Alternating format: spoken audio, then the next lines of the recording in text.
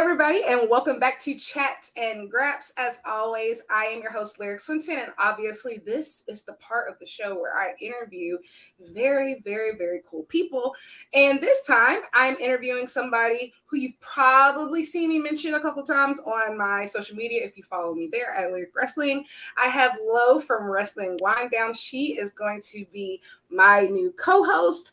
We are embarking on a journey on November 1st to be BodySlam.net, AEW Dynamite Post Show co-host. So to my knowledge, I think this is the first time they've ever done that. And so this is going to be a really cool opportunity, but obviously she's cool outside of that. She's had me on her show before. And I'm just really excited to have her on. Hi, Lo. Hi, I'm so excited to be here. Thank you for having me. Well, since we're getting started, I thought that this would be a really good opportunity before we get started, like on the official show, for anybody who wanted to just get to know you, get to know us before the show gets started. So I'm going to ask the quintessential question that everybody asks whenever they interview somebody in the wrestling space. What got you into the wonderful world of professional wrestling? So I was 9 or 10. I was at my grandparents' house and I was flipping through the channels and I came across the Spanish channel and John Cena was on it. And I was like, what is this? And I started watching a little bit and I don't speak Spanish. So I'm just, basically watching the actions. And I'm like, this looks cool. So I want to say maybe 2 or 3 weeks in a row, I just watched it on the Spanish channel. I knew exactly what time it came on. It was WWE Raw. And I was just like, I like this. And finally found it on the USA Network, started watching it, and just fell in love. Obviously, John Cena was my first favorite. He was the first person I ever saw. But some of the other superstars that I enjoyed growing up were Edge, the Hardy Boys. When I first started watching the women, it was Michelle McCool, Melina, Eminem. It was, I love Eminem. But that's completely No, that's real. the whole rant. That's so real. That is real. Continue.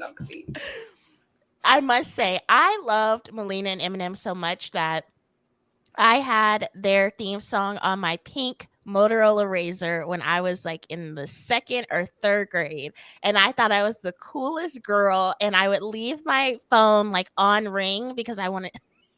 I'm so crazy. Come on, Razor. You just woke something up in me. Right? Come on, pink Razor. I had one too. Come on. No way. Yes. Do you still have yours? No. I think my mom still might have mine. My mom had like a Merlot colored one. Hers was like a deep red. I didn't even know they made those. But yeah, girl, I had the pink Razor. I remember I had the ringer on in class before because I was like, it'd be so cool if it just rang. And it did. And I was like, oh, whose is that? Oh, it's mine. 2nd grade acting like that, but that song was a banger. Jim Johnston was in his bag when he made that song. Yes. Wow, that, you know what, you woke up so many core memories there. I'm going to start with Raw on the Spanish channel because whenever I would forget to record the show, because typically I would have to go to sleep a lot of times before the last hour. And so, especially once they went to 3 hours. And so I would, if I forgot to record it on USA Network, I would like try to like watch it on the Spanish channel. Oh, wow. Okay. Yeah, I would try to watch it. No, I don't know Spanish at all. Right. But it was like, this is back then before like I really figured out how to like find things online and stuff. Right. So that you just woke up a core memory. I forgot that I used to do that. Like I forgot I used to do that. And that, you know what? The pink Razor, another core memory. The Eminem theme song, another core memory. Like you just had to be there. Like you really did. Melina was that girl. Like she really was that girl. I probably out of the Divas era, she's probably one of my favorites. Like my all-time favorites. And I feel like she was so underrated at the time. Like to this day, I think she's probably one of the most influential, I would say. Like I think so many people have taken from that style just because like she just had that it factor in addition to being like really, really good in the ring. I agree. You said who were some of your favorites? I think John Cena was just about everybody's first favorite. Edge was mine like childhood favorite wrestler. So obviously I've been having a glorious time over these last couple weeks. Um, but what were your wrestling tastes like back then compared to now? So if you wanted to like boil down your taste into about five wrestlers on each side, well, in each era from then and now, what are we looking at? So I would say then definitely like Michelle McCool, Melina, John Cena, Edge. I'd throw Randy Orton in there too. I really liked Rated RKO. Oh, Um, I was obsessed. Continue, continue. yes, and that I would say that was like my core when I was like 9 or 10 or around that age. And now, oh, I would say Bianca Belair, hmm, Trinity, Period. um, Jade, Ricky Starks. Ricky is a bad bitch, I swear. Are you absolute? Oh, who would be my final one? Hmm. I'm going through all the rosters. I'm like, who? Who's my final one? This is always like so difficult to pin down. I would say Carmelo Hayes. There's just something about him. I like his style. He embodies a superstar. Absolutely. There's definitely a bunch more, but those are the first kind of five that come to mind. And I know they are primarily black. And Period. you know, I think back, and I think I've had this conversation with you before when you were on my show. I think back to when I first started watching wrestling, and there were, minimal black people in the WWE, Mhm. especially women. You had like Crystal Marshall doing backstage interviews, and then she wrestled too. And then finally, when Alicia Fox came in, it was like, okay, a black woman who's actually just wrestling. They're not utilizing her in all these different positions. So, I'm proud to say that most of my favorites now are black because, like I said, again, years ago, it was like you had few and far between black people in the WWE. And now it's like you have a plethora. And obviously, I want more, but I love to see it. I know, absolutely. It's a completely different ball game now. Of just not only do we have like more black wrestlers, we also have more black wrestlers in at the forefront. Like Hmm. not doing just comedy I segments. forgot Willow. Oh, Oh yes, my queen, my oh yes, I queen, love Willow. my queen. That's my queen. Ugh. Oh, my queen, Willow. Um, but yeah, like there's so many options now, and just there's black wrestlers killing it just about everywhere, like all over wrestling. I think the whole idea of what wrestling is, at least for me, I know has expanded from what I knew as a child tremendously. Like Hmm. there's a whole different world out there of just like of just like WWE, which I grew up on, and there's just so many like different promotions and different styles, and you can find black faces killing it in just about all of them, which I think is super cool. And it's also, especially as an adult, because it's like, at least for me, I find myself like living parts of my childhood that I don't think I ever got to live. So like Hmm. I just bought my first action figures like this past last year. Hmm. Never had action figures before, but like it was so important to me, like, oh, I need to start collecting some of this stuff. Like this is like cool, great moments in time. Or the black wrestlers are not just the black wrestlers, but the cool wrestlers now too. So like Right. I can buy their merch all the time, and I can wear my Willow shirt to the shows, and I can wear my Bianca Belair sweatshirt to the shows. And it's like these are some of the biggest stars in wrestling. And so in addition to being a fan of wrestling, what made you really want to be cover wrestling? Like what made you say like, okay, like this is more than just like something I watch on Monday, Wednesday, Friday nights. Like I want to cover this. Like I want to start talking about this, build a platform around it. So I actually started wrestling wind down with one of my friends who I went to college with. And I remember I was on Twitter one night and I saw her tweeting about Monday Night Raw, and I had known this girl for years. I remember I had actually interacted with her my freshman year. We did a project together and we went to Coffee Bean and we got to know each other because the project was to get to know the person. Excuse me. And we just remained friends from then. And I remember we followed each other on Twitter. And like I said, I saw her tweet about Monday Night Raw and I was like, she likes wrestling.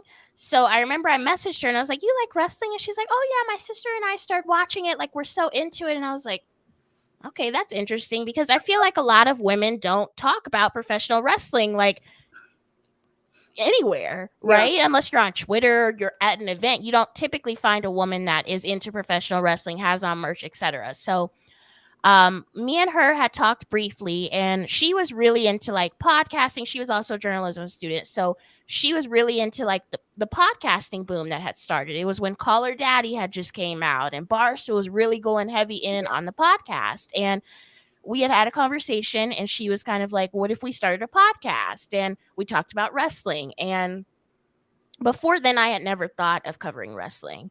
I had, kind of fallen out of watching wrestling in my teens and gotten back into it probably, I want to say a year or two into college. So I was probably like 19 or 20. I started watching again.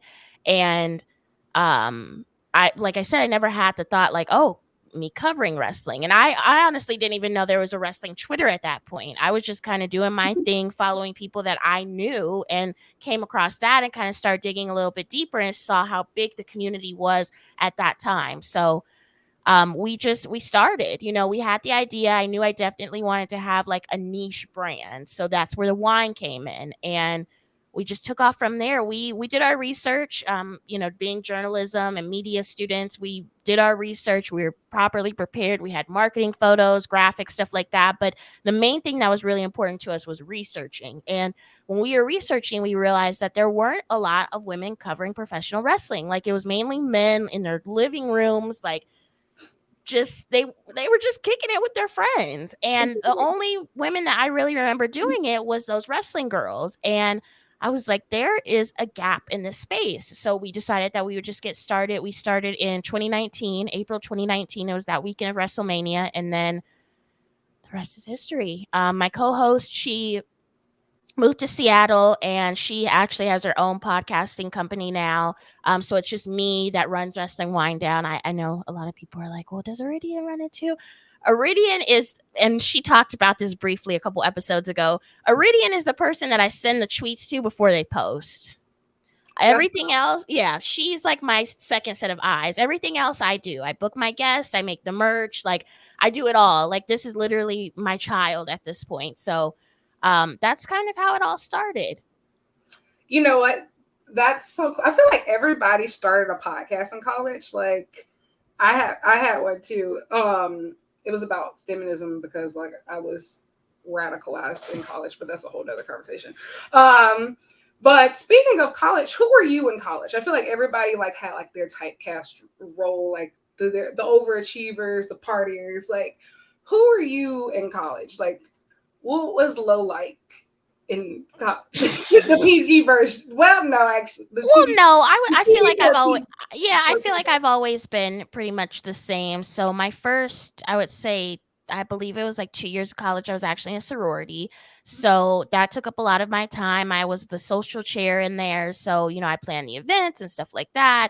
I ended up dropping it. It was just way too much of a time commitment. And I felt like I didn't align with what the sorority had. So then after that, I mean, I also had like a little radio show when I was in college, so I felt like that also was kind of where I was going, like almost like a DJ type vibe when I would do my radio show. But I was just like quiet, would go to class, do my thing, leave, hang out with my friends, but I wasn't really like involved in anything extracurricular other than the radio show, which I call it the lowdown. Ooh. Mm. Ooh, okay. So I played hip hop and R&B music, and I would interview people, like local people in town who were doing different stuff creatively, and I absolutely loved that. And kind of to piggyback on the last question, when I was about to graduate college, I still had this passion for like radio and podcasting, and I was like, what can I do with that? And I kind of like had it in the back of my brain, like, well, I'll start a podcast. I'll still do the lowdown and I'll kind of figure out how to refocus it. So I can't play the music because obviously it's copyrighted, but I can do something else. So I had that thought of doing some type of podcast, but I didn't think wrestling would ever be involved. I definitely thought it would be like a celebrity news type of thing or like reality TV or something of that sort. So the reason why I asked the question about like who were you in college, because like you seem to be such a creative spirit, like always being forward, like just forward. That's like that's the word that I can think of to describe you. Of like when everybody's on a trend, like you're always ahead of it. Like whether it's with your merch or with your marketing. So like where does that creative spirit come from of just being so hands-on, like with your brand and all the little details, because I can tell you're a very detail-oriented person. Where does that creativity, stem from? I honestly have never been asked that question. I've never even really thought of it, to be honest. But I think back to like when I was little and stuff like that. And I've always been into like drawing and coloring. I vividly remember, and I've told this story recently to my mom. I was like, do you remember this? I would go over my grandparents' house. My grandparents would watch me while my mom was at work, and I would draw with my grandma and do stuff like that. And in their living room, I would almost set up like a art store. So I would sell all my little art to my grandparents and they'd give me like coins and stuff and then I'd sell the art to them. But I was always so enthralled by the creative field. And obviously that's changed a little bit now. I've moved into like, digital media and stuff like that. But I feel like that creativeness has always been there for me. I remember, messing with my Tumblr page when I was like 16 or 17, customizing it and learning how that worked. So I feel like I've always just really had an interest in just creating, even from a young age. But I feel like it's been so different with Wrestling Wind Down because this is the first time that I've ever ran any type of brand for myself. I've done PR and marketing for other different brands and stuff in my career, but for me, I've never done anything of the sort. So I'm definitely the type of person that when I commit to something, I commit 100%. I'm going to put all my efforts in. I'm going to figure out how I can utilize it to make it the best it possibly can, because I feel like if you're half-assing it, like, why do it? Why not put all of your efforts into it?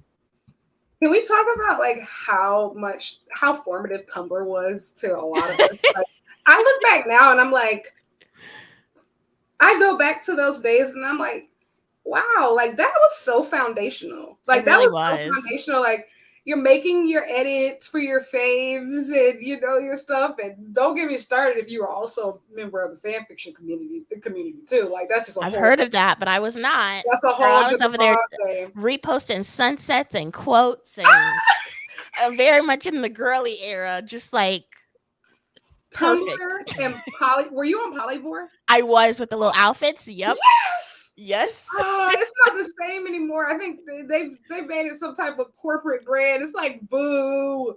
I used to live for that. Like I used to live for I used to get ideas. Yep. putting together these outfits and these brands I know I could never afford. But like, hey, I used to get a lot of inspiration from Gossip Girl at the time too. Uh-huh. Yeah. So, but it was just so interesting. You said Tumblr, and I was just like, that makes so much sense. Like Tumblr was so formative, I think, for many of us just being just creative. I say all that to say, so you talked about how you got started. You talked about how the wrestling stuff started. You talked about how your creativity started. I want to talk about these shirts. All right. So you continue to have some of the most intriguing designs, I think, in wrestling. What's your goal when you start designing like these shirts? Because obviously they picked up a lot of traction. The wrestlers themselves love them. When you design merch, what do you have in mind? All right, I'm going to take it back to when I first made my first ever merch, which actually Iridian had on yesterday. And I was like, okay, throwback. So when I first started, I was thinking of just making merch that involved wine. I kind of thought about the wrestling aspect. So my first shirt was a wine 316 shirt. It was a spin on Austin 316. I love Stone Cold Steve Austin. So I was like, that'd be cute. Change the wine or change Austin to wine. I had a little wine glass for the eye, and then just 316. Sold it on a website. It did really well, and I was like, okay, this is going pretty well. And then the website went to shambles. I'm sure a lot of people had that same thing happen with the certain person in the community or certain company. So moved over to another platform, Design Wine 316 again, put it up. And I didn't realize that I had like a calling for merch until the 1-800 War Daddy shirt. And I I made that shirt because I was a Wardlow fan, and I was on Twitter one day and he did a tweet and delete and he called himself War Daddy. And I was like, did anyone see that? No one had seen it. And I was like, let me screenshot this. I was like, I know I can go home and I can make something, because I was kind of at the place in my merch where I was like, do I want to do more like wrestling wind down, like our logo, stuff like that? Do I want to focus on that, or do I want to kind of move over to incorporating the wrestlers? And it's a little bit iffy, because there's a lot of copyright names. So you have to be very careful. Mhm. So obviously War Daddy was not copyrighted. So I was like, what can I do with this? And I started thinking, and I remembered from my sorority days when we had the 1-800 Hotline Bling-esque shirts. And I was like, I wonder how that would do. So I just made it. I made it in Photoshop and I posted it, and it went very well. Wardlow saw it. Wardlow has his own shirt.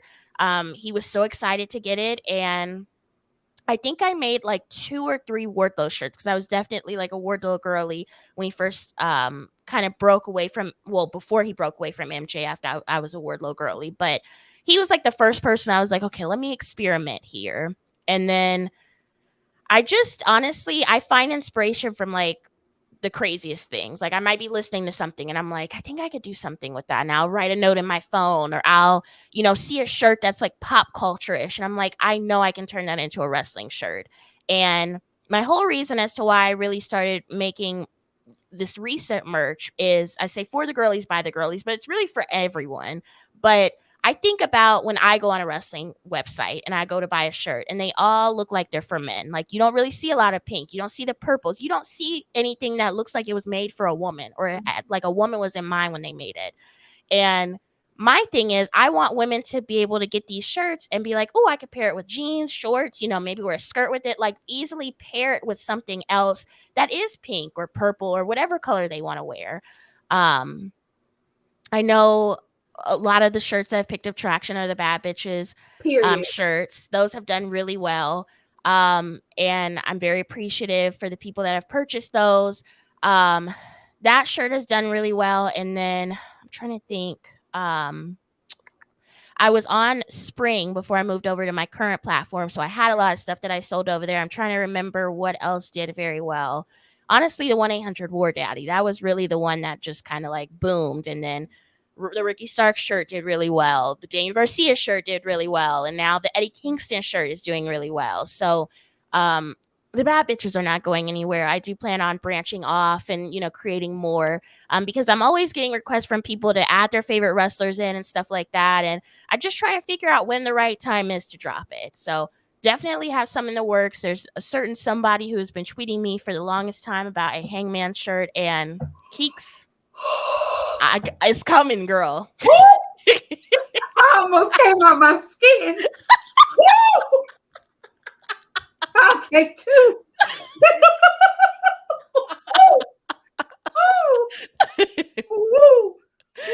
Well, that was embarrassing just now, but just bruised me. That is a man. Do you hear me? That is a man. He is a man. Keek says it all the time, but that is a man. That's a man.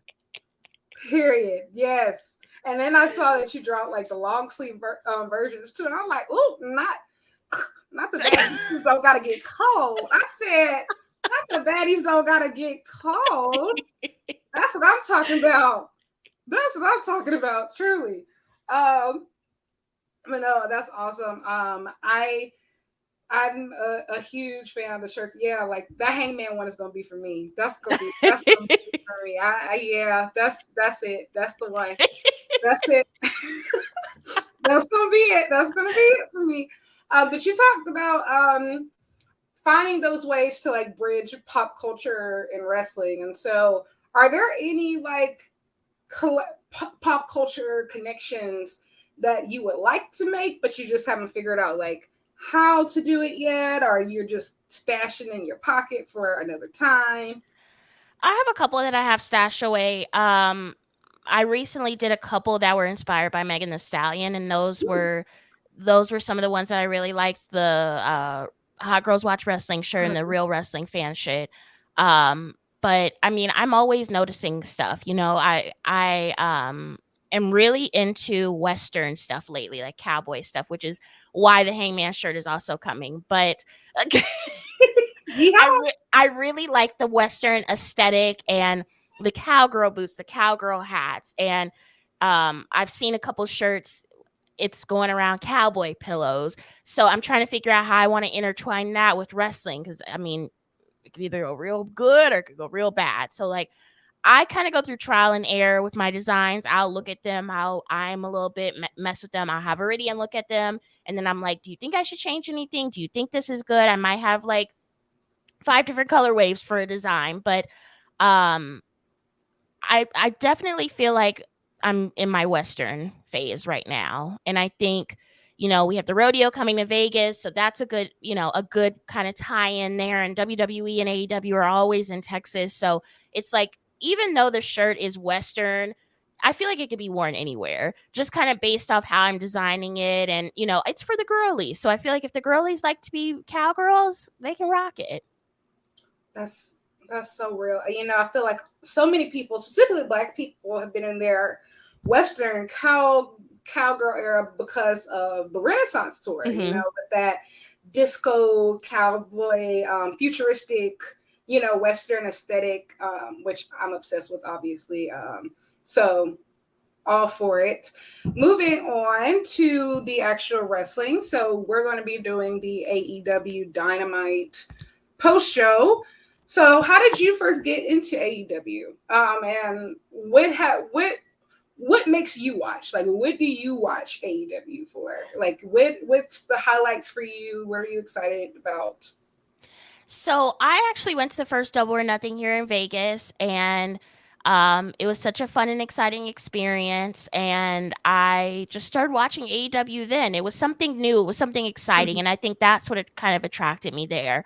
I will admit I wasn't like really up to tune with a lot of their main people. I knew who Cody was, but like I didn't watch wrestling like I do now. I was only watching WWE. So I didn't know who Hangman was. I didn't know who Kenny Omega was. I briefly kind of knew who the Young Bucks were just because they were in Impact for a minute. Yeah. And I was kind of like, okay, well, kind of let me see what's going on here. And I knew who Brandy was because she was one of the only Black women in WWE around her time. So I knew who she was. But I didn't know who the rest of the others were. So I started watching, started researching, kind of getting involved there. And what keeps me interested is I feel like AEW does a pretty good job at their storylines. I really like how they were able to utilize House of Black when they were the trios champions. There's just something so iconic about the House of Black, and specifically Julia Hart's transition from like this bubbly cheerleader to Yeah. now, I'm thinking she might even start her own faction. You know what I mean? So I really liked seeing that growth as well as just the group in general. Um, Absolutely love Willow. I can say only positive things about Willow, and seeing her growth from being on the independent circuit to now being in AEW has just been so exciting to watch. And I love seeing her in person. She's always so nice, and then just on my screen, dominating the women's division. Um, Let me see. Obviously, I love Hangman. I feel like he's just so good. The jeans, the attitude, like how can you not love the cowboy? He's just so good in the ring, and he's so pure. You know what I mean? Like I feel like there's some wrestlers where you see them and you're like, oh, he just warms my heart. Him and Kenny Omega. Like Kenny Omega is just so he warms my heart. And I told you before when I had you on the episode, we were talking about him being shirtless promoting this video game, and you were like, what's wrong with that? My grandma was like, that was my favorite part of the episode when Grandma knows ball. Grandma no ball. Hey, come on now. but those two come to mind immediately because they're, oh, and Adam Cole. Oh my god. They all just I just want to give them a hug. They all are just they radiate like sweet energy. And Hmm. that's why I really like keeping up with them. Um I have like watching Swerve's kind of his rise. You know Yeah. what I mean? I think it's been interesting to see where he started at in terms of, being released by WWE, coming over to AEW. And at first it was a little bit hazy there. He had that badass theme song and I was like, okay, Swerve.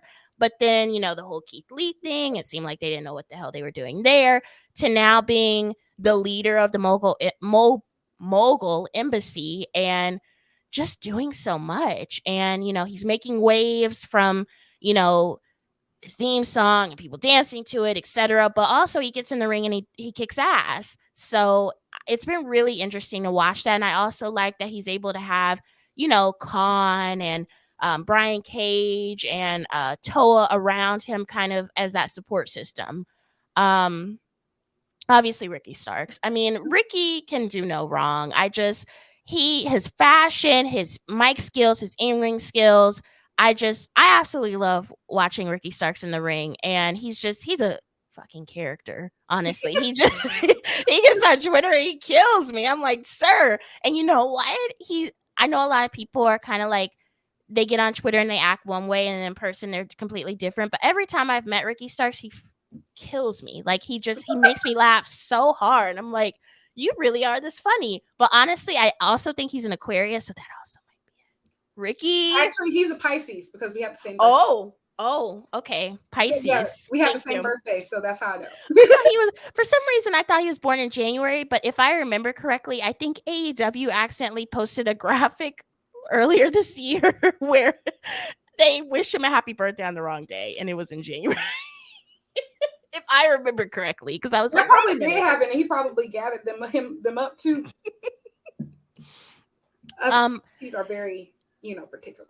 Yes, but I think there's just so much going for AEW, and I think the inclusion of, some of these talents that are kind of on the tail end of their career and they have so much knowledge, like Brian Danielson or Daniel Bryan and Edge or Adam Copeland and Christian Cage and, you know, Goldust or Dustin Rhodes. You have all these different players in there, Mark Henry, who have been at these different companies, who have this institutional knowledge, who are there to educate not only, you know, the in-ring people, but also behind the scenes. And I think, I know AEW gets a lot of flack, but I do think that they have armed themselves with a lot of key players that really will help their brand now and moving forward. I think it's so important that you just don't have your roster full of young people who don't really know the sport. You have people who are at the tail end of their career, at the top of their game right now. And then you have people who are just kind of beginnings, getting their feet wet, kind of figuring out why they are here in AEW and building up so that hopefully one day they could get to be an Edge or, a Christian. That's real. Obviously, AEW is my number one American company, but I have really, really enjoyed like their growth, and I think that everybody has to start from somewhere, and like what they've accomplished in just 5 years has been absolutely insane. And it's always something different. It's something different, and I think that different doesn't have to be a bad thing. Like I think in wrestling, like we went so long with just thinking there's only one way how to do things. And like even like, we had TNA for a while, but then like after TNA moved off Spike, I'm gonna be honest, I don't know what they was doing over there. Uh, I don't know what they was doing over there. And so like I think so many of us have been conditioned to think that wrestling was just one way for so long. And like even now, like I can say AEW opened up the gates for me to like explore other avenues of wrestling, and now I'm watching way too much wrestling and more promotions that I can even handle. But everything's fine. But speaking of that, like currently you cover mostly WWE and AEW. Do you have any hopes or thoughts towards possibly expanding, like your wrestling purview of like what you're talking about on a regular basis, anything that you're looking to get more into, anything like that? I do keep my eyes on New Japan. I try and like keep updated with that. Especially since Mercedes Moné made the jump over there, and I was, a huge fan of Sasha Banks in the WWE. So I definitely keep an eye out on that.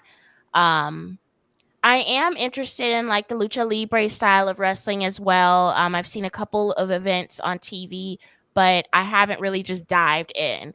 And honestly, too, I mean, Ring of Honor is right there, but I feel like I haven't put in the time to actually invest in it. Yeah. And, I know there's a lot of people over there specifically. I think of like Athena, they're doing great work, but I think that a lot of people aren't up to tune with Ring of Honor like they were, a couple years ago or when they were at their prime. And I think that they need to be. There's a lot of people over there who are really making waves. So I would say Lucha Libre, I would say New Japan Pro Wrestling, and then I would say Ring of Honor. That's so real. And last question, I probably should have asked this earlier, but whatever. When you go to these shows, you really put that shit on. Like you really put that shit on. Oh my god. And I don't think I've ever told you this, but seriously, like after I started following you, like when I saw the way that you would dress for shows, and I'm like, hold up, like I can't keep going out here just like the t-shirt and jeans. Like I gotta step it up. Like I definitely started like stepping up my game. I said, whoa there, this is a fashion show. I said, okay. Like, okay, like I said, but no, seriously, like your outfits, you're always down for the DIY. Like those pants you had, I forgot what was that? Was that Double or Nothing with all the logos? Oh yes, logos on it. And like you always have something fresh on. And I find that inspiring because I think like there's always been like this expectation. Like I feel like as a woman that if you are into wrestling, like when you go to shows, like you have to leave your femininity at the door. Mm-hmm. And I just always love like what you put on. Like I love when you go to AEW, like especially pay-per-views, because I said, Lo gonna put that shit on. She gonna put that shit on. So you talk a little bit about that, why you do that, or like, what's that thought process of just like, because I feel like you're always best dressed, like, and you do it in a way of just like, it doesn't mean like, you have to be like showing like all the skin in the world or anything. Like you just put that shit on. So explain. It is stressful, to be honest with you. I actually have a lookbook that I will create when I'm trying to figure out what I want to wear to these shows because I have to piece it all together. I have to figure out what I already have, what I don't have. And honestly, it really started when I kind of really dived into wrestling Twitter. I saw girls like Alexis Littlefoot and Vanessa Delbro, who I hope I said her last name right, who would go to these shows and they wouldn't just wear the shirt. They would wear some, pants to complement it. They wouldn't just wear jeans. Like they went all out. And I remember there was dialogue on Twitter a couple years ago and men were upset about women going to shows looking nice and why are you dressed like that? And I was like, what? And I hadn't even really dived into like, making up these looks at that point. I was just still kind of like, I don't know. Like I think it really honestly started when I went to WrestleMania in Texas. That was like the first time that I really was like, okay, I'm going to lay out every single thing I'm going to wear. And honestly, I didn't even like go that hard when I went to Texas because I was kind of like, okay, I have this bedazzled cowgirl hat that Iridian made for me. I'm just going to kind of try and blend that into different pieces, whatever. But she hadn't started bedazzling shirts or really customizing shirts then. So I want to say maybe she had a couple. I might have had one or two, but it wasn't anything like it is now. So my thought process now, so for instance, like Full Gear's coming up. I need to get my gimmick together and get it going because I have ideas in mind, but like I haven't actually put it down to be like, okay, this is what I'm wearing Friday, this is what I'm wearing Saturday. But I typically, when I first start, I'll kind of be like, okay, who do I think is going to be on the card that I'm a fan of? And I'll be like, okay, let me buy a shirt. And then at that point, I'll decide, do I want to cut it? Do I want to bedazzle it, etc.? I'll send it to Iridian. She'll do her thing. She'll send it back to me. At that point, I'm already figuring out what shoes I'm wearing, what pants or bottoms I'm wearing, what accessories I'm wearing. So it's kind of like we're both working at the same time. And then once I get the shirt back, I might cut it, I might tie it, etc., and then kind of go from there. I mean, I draw inspiration, like I said, even with my brand, I just draw inspiration from like Instagram. I might see somebody in like a pop culture-esque look, like a band tee and a different pant, and I'll be like, okay, I think I could do that with the wrestling look. And then I'll save it, come back to it when I'm trying to figure out what should I do, and then kind of go from there. One look that I'm really proud of is the one that I did last year for Mania with the Bret Hart jersey with the knee-high boots. That was something that I kind of like had in the back of my head. And I was like, if Chalkline restocks this jersey, I have to do this look. And they finally did. And I was That like, was so okay, fun. That was thank so you. fun. That was one that I was like really proud of because it was basic, but it like made a statement, No, right? you And ate that. it's You ate like, that. You ate that. For sure. You ate that. I said, wow. Wow. This is great.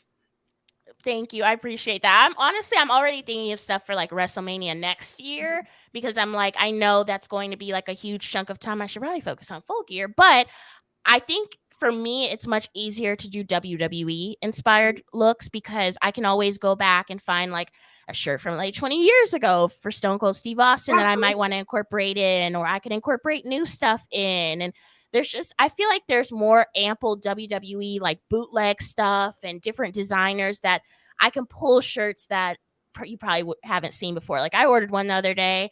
I'm not going to spoil it, but it is so funny and so fire, and it is wrestling inspired, but it's also pop culture inspired. I was like, as soon as I saw it on Instagram, I was like, I need that. So I probably will wear that before WrestleMania. But like I said, I'm always keeping an eye out. I'm keeping an eye out for, what's fashionable, what's in. Like, I love a good cargo pant with a wrestling shirt. Like, if that's one thing that, like, if you're like, oh, I don't know, like a cargo pant is the way to go. Like, they're comfortable. Like, just do it, girl. And then some Converse maybe, or you could do like a boot. Like you can dress it up or dress it down. But a cargo pant to the girlies, if you're like, I don't know what to wear, just get a cargo pant. You could do a camo, you could do a solid color, you could do plaid. Like there's so much variety. That's my favorite combo. I will say the cargo pants and like no, what you said about like WWE having more options, that's so valid. Like especially like with the chalk line stuff, like I feel like there's just so much there, and that's why like I really be scratching my head before like the big AEW shows because I went to like most of the pay-per-views this year and I'm just like, okay, what am I gonna wear? Like so that's why like for me next year, I'm more so thinking about, okay, what am I going to wear to All In next year? Mm-hmm. Just like, because next year I want to step it up. Like Wembley Stadium, London, like, I don't know. Do I want to go full Spice Girls or do I want to like, what Ooh. do I want to give? What do I want to give the girls? I don't know, but that's where my head is. Like, you have WrestleMania for me. It's All In. It's just Mm-hmm. like, what's going to be that thing to make you just Pop. just and stadium shows are also weird too because it's just like you got to deal with the weather, you got to wonder about the elements, and like Wembley and London is so weird. It's because it's like dead in the summer, but it's going to get cold, and then it's just it'd be a lot going on. But I always say bring a jacket, leave it in the car if you have a rental car, or, bring your jacket with you. I mean, it's a little bit more difficult with bottoms, so you might have to bear the cold if you decide to wear like shorts or like a skirt or something like that, but always have a jacket, always, because you never know. this year I I had this cute skirt that I wore to Wembley, and thinking that like okay, it's summer here, so it's just going to be like summer just about anywhere else. And I walked out and I was freezing cold. Like I was freezing cold, but I was just like, I have to hurry up and get there. And so I literally stopped at a convenience. I was on my way to the train. And so I stopped at this convenience store, the not convenience store, the pharmacy is called Boots there. And I buy some tights and then I stop into a random bathroom, put tights on, but I had like my long clicks on, rips through the tights. And so, okay, I'm like, fuck it, I gotta go. I just gotta go. And luckily, like you couldn't really see it that much, but it just kept running. So I get on the train. I had my big clear bag with a jacket inside of it, and so like I just put it in front of me. But then we have like 2 hours or so before we can even walk in, and so we're in this Wembley Park. There's like shops and stuff. It's absolutely insanity. People are walking around, yeah, yeah, just screaming like wrestling, wrestling chants at each other. Woo, woo, woo! I feel like I'm going insane, and you know how you feel like everybody's looking at you. I'm like, oh, Yeah. I have a run in my stockings, and everybody is staring at me, and everybody is staring at me, and it was very clear that this skirt was not going to be appropriate if I didn't have on tights, and so I luckily found this random grocery store because, in the UK, they just have grocery stores just right across from the stadium because why not? Then luckily, thank God, I find a rack of tights. And it's so funny because everybody else is in there trying to look for food, alcohol, and stuff. I'm like, where are the pantyhose? Where are the pantyhose? And so I go find like another random bathroom, and then it's like crisis averted. But that's why I just said this year I gotta come. I have to do I one. definitely recommend, and sometimes I do this, sometimes I don't. When I don't, I definitely feel it. Try everything on before you go. Everything. Because you might get it and you're like, "Oh, this is going to look good together." Like, the pants fit. I won't try on the shirt, but I'll just bring it with me. And then you bring it and you're like, "What did I do?" Like, it does Exactly. not look good. So definitely recommend, like, if you're trying to put a wrestling look together, try everything on, even put the accessories on, because you never know, you might get there and not like the necklace that you chose. Period. This was a very helpful chat because you are Mrs. Put that shit on. Uh, you really do. I will say, like, I think we should have an awards, like a wrestling Twitter awards, and you would definitely win best Oh, dress. I truly believe that. thank you. I'm a stand by that. But thank you for this conversation, Lo. It was so wonderful having you. Thank you for having I'm me. excited for November 1st for us to get started. You can find us on the bodyslam.net AEW Dynamite post shows after Dynamite on Wednesdays. Do not be late. It's going to be a fun time, and give us all of your coins when we say the great stuff. Give us all your coins. Where can we find you? Yes, you can find me on Twitter and Instagram at WWDCAST. You can find the podcast wherever you stream your podcasts: Apple Podcasts, Spotify, Google Play, iHeartRadio. If you want merch, it's shop.wrestlingwinedowNLV.com. Period. And you can find me at Lyric Wrestling on Instagram and Twitter, and you can find this on all the places that you find podcasts, in addition to YouTube. Just my first and last name, Lyric Swinton. Once again, thank you for tuning into another episode of Chats and Graps, and we'll see you soon. Bye.